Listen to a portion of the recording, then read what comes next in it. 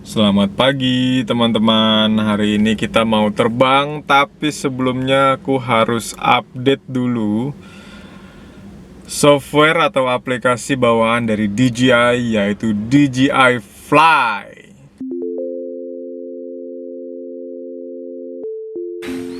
Selamat pagi dari Godean, Yogyakarta. Dan hari ini kita akan kedatangan tamu spesial dari BTN, teman-teman. Jadi memang hari ini mungkin dari tim BTN akan melakukan survei ke rumah ini, karena seperti yang aku bilang, rumah adalah salah satu faktor produksi untuk anak muda. Jadi selamat datang di rumah Godean Fauzi Radian.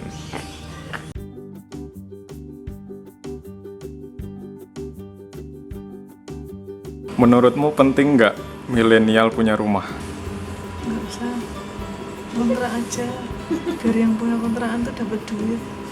Kalau kamu sendiri pengen nggak punya rumah? Pengen dong, terus aku kontrakin, terus aku tinggal di rumah suami, terus Oh. duitnya untuk aku. Berarti Ya kan Mbak Lisa? konsepnya kayak gitu, Yoi. biar memperkaya yang punya kontrakan.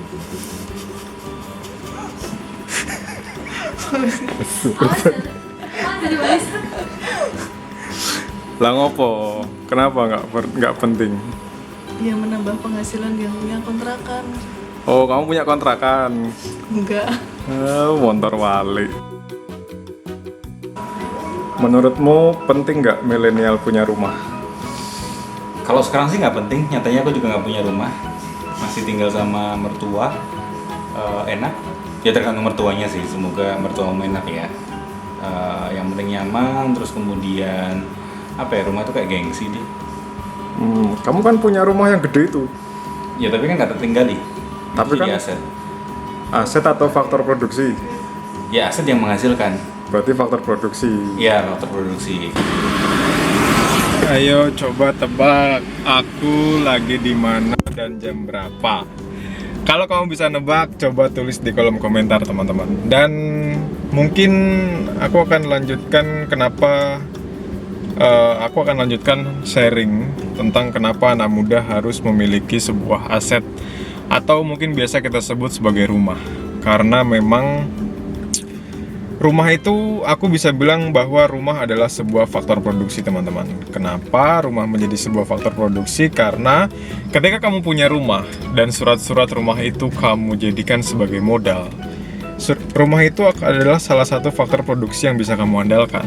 Jadi kalau kamu mau buka usaha, kamu mau berwira swasta, kamu bisa pakai rumah itu sebagai modal awal. Caranya gimana? Ya disekolahkan.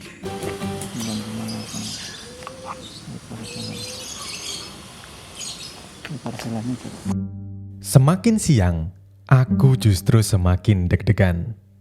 Mungkin karena perasaanku sedang bimbang. Karena Pak Agus sudah datang. Pak Agus adalah salah satu orang yang bisa mengabulkan atau justru mengandaskan mimpiku untuk merenov rumah Godean. Lihat kan? Semuanya diukur.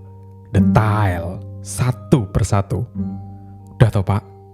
Aku tuh malah deg-degan nih. Semuanya difoto-foto. Tak transfer aja, Po.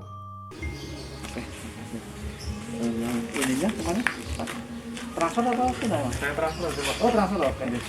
Transferin nomor rekeningnya.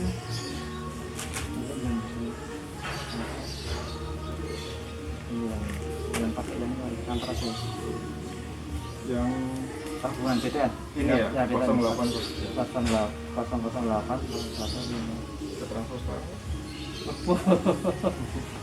Berapa tuh kemarin? Aku mau ngajak kamu room tour sebetulnya, tapi ya memang kondisinya masih seperti ini. Tidak bisa dibilang bagus sama sekali, karena memang belum siap untuk dihuni. Ini adalah kamar. Tuh, ini kamar. Kalau kamu lihat juga atapnya belum di plafon sama sekali, teman-teman. Jadi atapnya tuh masih genteng, bodongan. Nah, itu yang membuat kita memang harus renov bangunan ini, karena ketika atap belum digipsum atau atap belum di plafon, itu pasti kotoran-kotoran dari luar masuk ke dalam rumah. Nah, itu yang tidak aku inginkan. Jadi memang aku pengennya setelah proses ini, rumah ini siap, baru kita huni.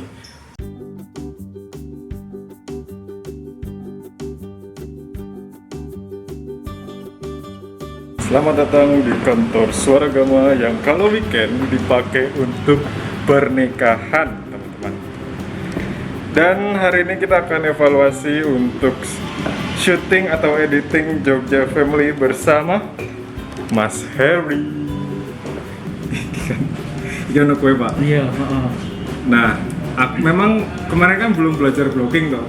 Aku lagi ngebuy ketika Bisma ngomong, oh iya, otomatis kan view-nya apa?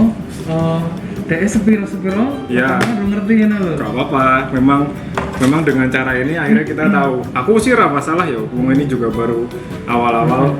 Tapi aku sudah cukup senang melihat syutingnya, hasil syutingnya. Cuma nanti pengaplikasian editnya aku serahkan sama kalian.